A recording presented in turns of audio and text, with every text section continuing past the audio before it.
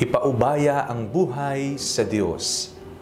Ako po si Father Fiel Pareha at ito po ang ating segment, ang Daily Devotion, na kung saan tayo po ay magdarasal, magbabasa at magninilay kasama ng salita ng Diyos sa buong taon. Manalangin tayo. Sa ngalan ng Ama, ng Anak at ng Espiritu Santo. Amen. Halina, banal na Espiritu, diwanagan mo ang aming puso at isip nang maunawaan at sa buhay namin ang iyong salita. Amen.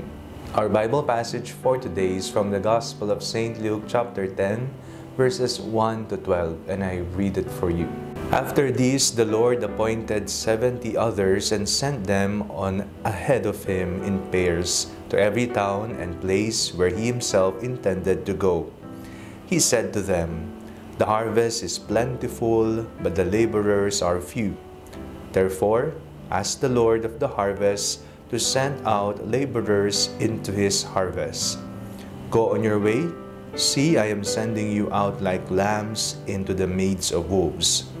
Carry no purse, no bag, no sandals, and greet no one on the road.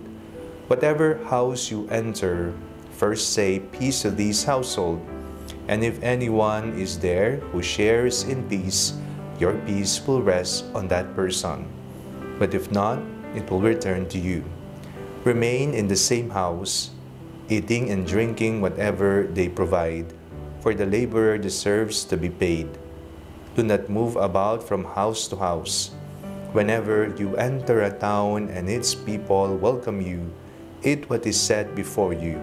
Cure the sick who are there, and say to them, 'The kingdom of God has come near to you.' But whenever you enter a town and they do not welcome you, go out into its streets and say, 'Even the dust of your own town that clings to our feet, we wipe off in protest against you. Yet know this, the kingdom of God has come near. I tell you, on that day, it will be more tolerable for Sodom than for that town." Ipagkatiwala ang buhay sa Diyos. Ipaubaya ang lahat-lahat sa Kanya, o surrender everything to the Lord. Ano ba yung hawak-hawak mo ngayon? Saan ka ba nakakapit ngayon? Ano ba yung hindi mo mabitawan at maiwan sa kasalukuyan? Yan ba ay mahalaga o nagpapabigat na lamang sa iyong paglalakbay sa iyong buhay? Bakit ka kumakapit dyan?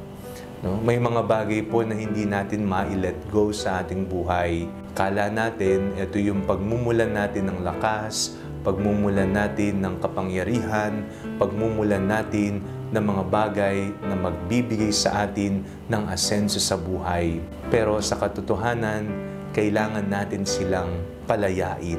Ito man ay material na bagay, sitwasyon, o kaya naman maging tao rin. Kailangang ipaubaya sila sa Panginoon upang ikaw ay makapamuhay ng payapa at matiwasay. Ang ating pong binasang ebanghelyo sa araw na ito ay isang halimbawa sa atin na kailangan nating manalig sa Diyos. Ipaubaya natin lahat sa Kanya. Ito po'y makikita natin sa pamagitan ng pagsusugo ni Jesus sa Kanyang mga alagad at hinabilinan po ang mga ito na ito lamang ang inyong dadalhin. Limitado lamang, kakarampot lamang, sapat lamang sa pagmimisyon at pagpapahayag ng salita ng Diyos at ang paghahari ng Diyos sa lahat. Nais turuan ni Jesus ang mga alagad na manalig sila sa Diyos at isurrender ang lahat-lahat sa Kanya. Ngayong araw, ating pong ginugunita ang kapistahan ni San Antonio de Padua. Isang taong alam natin na isinuko ang lahat-lahat sa Panginoon. Siya ay namuhay ng payak, siya ay namuhay na tanging Panginoon lamang ang kinakapitan. Matutunawa tayong mamuhay na ang Diyos lamang ang ating kakapitan. Walang kasiguraduhan ang mundo. Anuman ang ibibigay niyang kasiyahan, anuman ang ibibigay niyang yaman, anuman ang ipagkakatiwala niya sa iyo, lahat ng ito ay iiwan natin. Ngunit, ang Diyos, kahit sa kahuli-hulian ng panahon, hindi siya magbabago, hindi siya mawawala sa ating piling. Manalangin tayo. Panginoong Hesukristo, turuan mo po kaming ipaubaya ang lahat-lahat sa Diyos. Ano man ang hindi namin mabitawan ngayon, nawa, bunga ng pananampalataya at pagmamahal namin sa iyo, magawa namin itong maipaubaya sa Ama. Amen. Sa ngalan ng Ama, ng Anak at ng Espiritu Santo. Amen. Huwag po ninyong kalimutang i-like ang video ito. Mag-comment po kayo and share it with your family and friends. Ang Panalangin Bago Matulog ay may sariling Facebook page na po. Huwag niyo pong kakalimutang mag-like at mag-follow dito. And do not forget to subscribe to our YouTube channel. I-click niyo lamang po ang link na nasa description ng video ito o kaya naman po, just search Father Fiel Pareha. God bless you po.